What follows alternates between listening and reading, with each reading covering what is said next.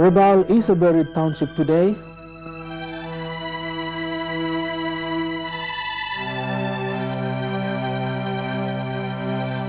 The Taburgur offloaded all her excess burden upon its length and breadth. All this assisted by the northeasterly breeze.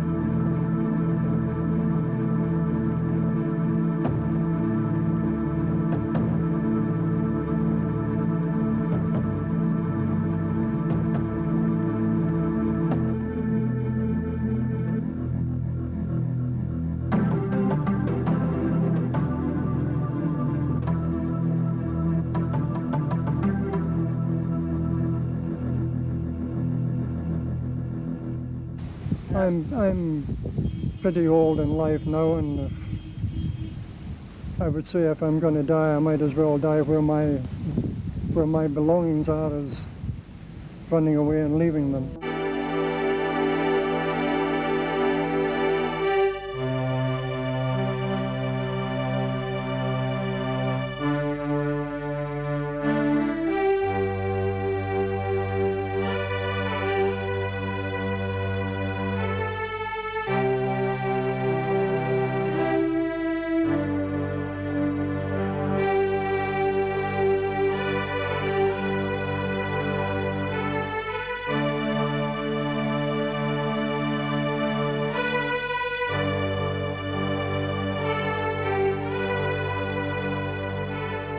Mr. Bata also made first contact with a group of 80 Matupit Islanders who had been unable to evacuate.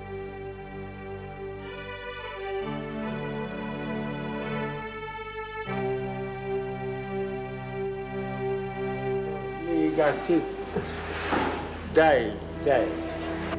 Just tell him that. How about these people?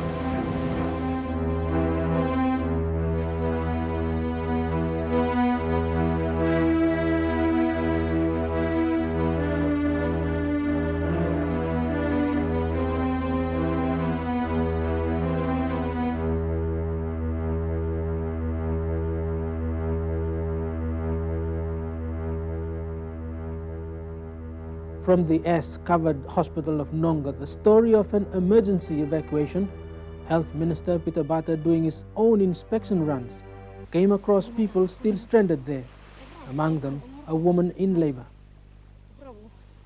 You come up. You come from Passion Bible Arab.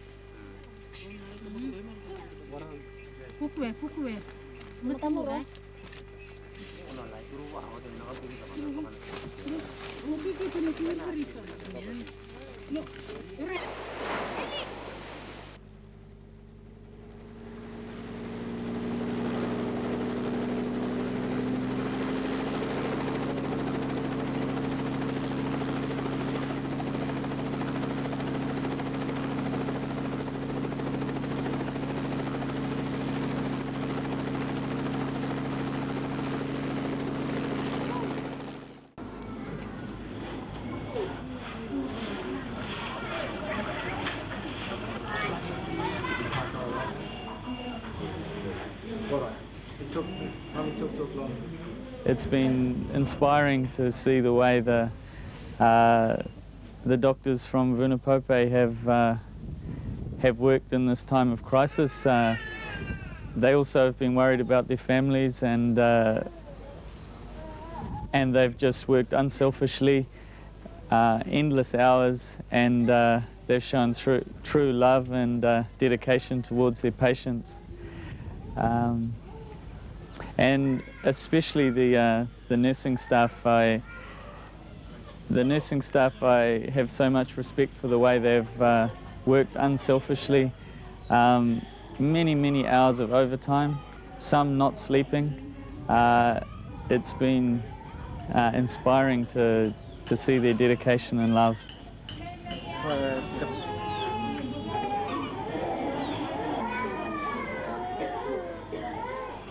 As a Minister for Health, my first concern was the facilities here in Rabaul, whether or not they could cope with the situation.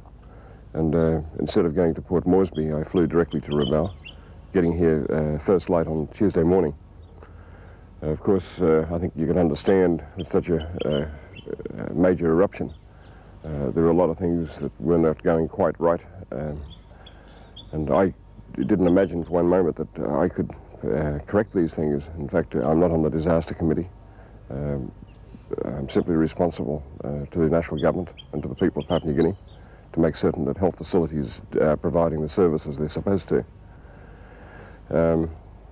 I guess being a helicopter pilot, it gave me a slight advantage in being able to move around very quickly, which we put to full use on Tuesday and on Wednesday to go around and check the health facilities in the Rabaul area.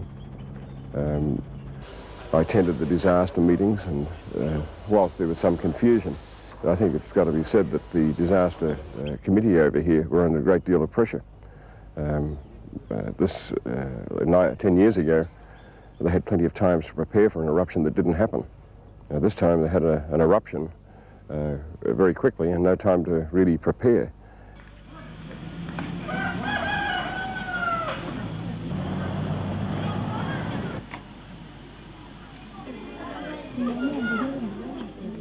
What our concern is at the moment is that we're going to get a large increase in the number of diarrhea-type illnesses. There's been a lot of work on the public health, and especially from Dr. Melly Sampson, and we've tried to have toilets and fresh drinking water and food in all the care centres. So we're hoping to prevent a large increase in the amount of diarrhea. And as of yet, we haven't seen it, but that's my biggest concern at the moment. Since the army moved in to help the police enforce the orders under the Rabaul state of emergency, people have acknowledged the improvements in the service, in the care centers, and the delivery of supplies. The supply depot at the back of the War Museum at Rabaul is the site of orderly maneuvers. The army has played a key role in ensuring that the care centers get their fair share of supplies, and the police keeping peace and order. On his recent visit there, the controller of the Rabaul State of Emergency, General Rokus Lokenap, gave this brief. At this stage, we've gone past the evacuation phase. We're now looking after the people in care centers. I believe we are now back to normal. The public service machinery in East New Britain is well and truly in operation. They've got a temporary headquarters up at Gunadidir. At this time, the provincial government should be brought back into play. They should be exercising their duties as elected representative of the people and get on with the job of running the lives of the people. I personally would recommend the lifting of the state of emergency, but it is not for me to decide. I think it's the national government to decide on that. Just very quickly now, the welfare of people at the care centre, are you generally satisfied about the running of the care centres and people there? Well, I'm generally pleased with it. I think the people are being fed properly. I've yet to see a hungry person in the care centres. We are now going through improving some other little facilities in the care centres, like the water points, the drainage system in those water points, the shower facilities for both the male and female population in the care centres. I'm talking about mainly the areas in urban care centres. Look at the Kokopo High School, the Kokopo showground care centres. But I'm generally pleased with the care centres outside of the major two ones here in Kokopo.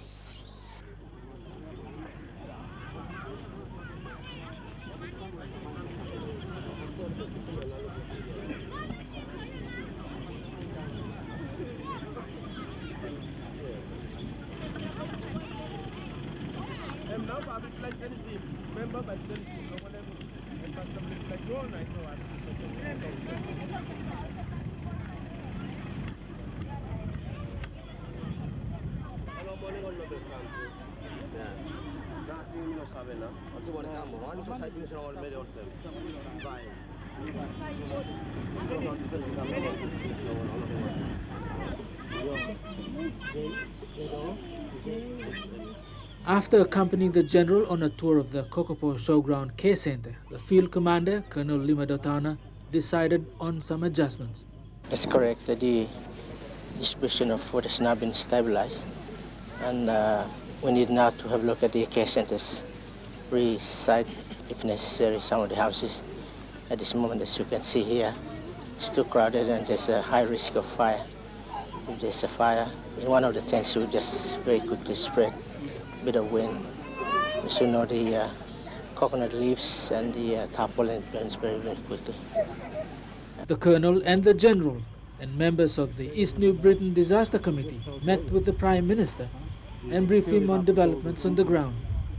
The Prime Minister had gone there on his fourth on-the-spot visit.